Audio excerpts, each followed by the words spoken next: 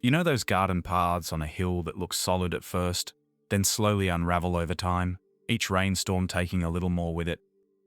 The gravel shifts, the edges soften, and eventually, the path becomes something you have to navigate, rather than something you can trust. This path sits on a slope like that.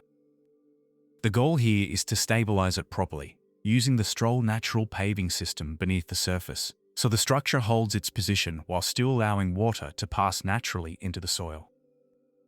The slope here falls away quite quickly, which makes building any kind of stable path more complicated. Before installing the natural paving, the ground itself needs to be properly prepared. The path is marked out, following a natural walking line through the space. In this case, it's to allow access to the hot water system and other services under the house. On steep sites like this, sometimes building a retaining wall first to support the downhill edge is necessary to create a level area for the path to sit on. I'll build that wall first and show it briefly here, but we'll cover that process properly in a separate video. While the retaining wall goes in, the next step will be installing the natural paving grid that sits beneath the path. It's a rigid honeycomb structure that locks the gravel into position and stops it migrating downhill over time. From above, the path will look like loose stone, but underneath, the grid creates a stable structural layer that spreads loads and holds everything in place. Because the system is permeable, water passes through the surface and returns to the soil below, instead of running off and carrying material with it. That allows the path to remain stable, while still behaving like natural ground.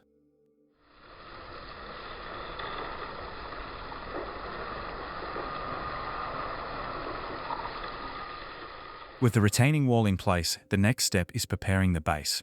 A layer of crushed rock is spread across the area to a depth of about 50 millimeters. The base can be level, or it can follow the slope, depending on the design. What matters is that it's flat and even, without high spots or low spots. That gives the natural paving panels proper support so they sit evenly and remain stable over time. After the crushed rock is spread out, it's important to compact it firmly, using a plate compactor or a hand tamper.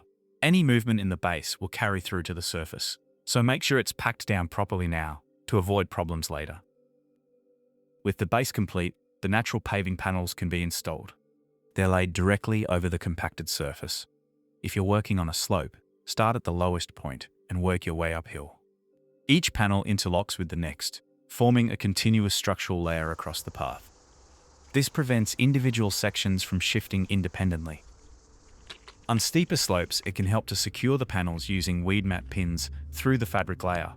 This holds everything in place while the topping is installed and prevents movement during the process. On flatter paths, this usually isn't necessary.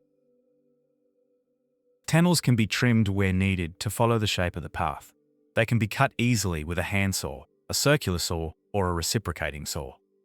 If using a circular saw, it's worth wearing safety glasses, as small fragments can chip off while cutting.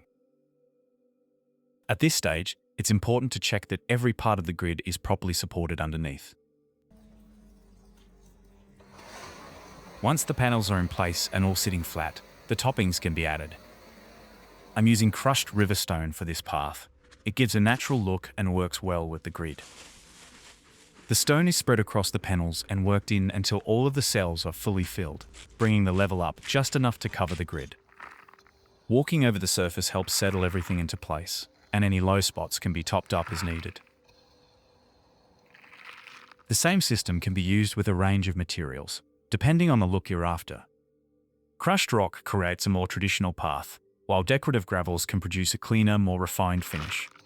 Strol recommends using an angular aggregate around 5 to 15 millimeters in size. That said, I've also had good results using finer materials like granitic sand, which creates a smoother, more compact surface while still benefiting from the structural support underneath. Once filled, the grid prevents the material from migrating downhill, even during heavy rain. Once the topping is spread out evenly, it's packed down firmly with a tamper. From above, the path looks no different to any other gravel surface. But what matters is what's underneath. Without structure, material like this will always move over time, especially on a slope. As rainwater moves downhill, it gathers speed, and once it reaches the path, gravity slowly pulls everything out of place. The grid changes that. It gives the surface something solid to sit within, holding its position while still allowing the ground to function naturally. The result is a path that feels stable underfoot, without turning the area into a sealed, artificial surface. It stays permeable, it stays in place, and it becomes part of the landscape, rather than fighting against it. If you're interested in the natural paving system that I've used in this video, I'll include a link in the description. With everything compacted, the path is complete, simple on the surface, properly built underneath.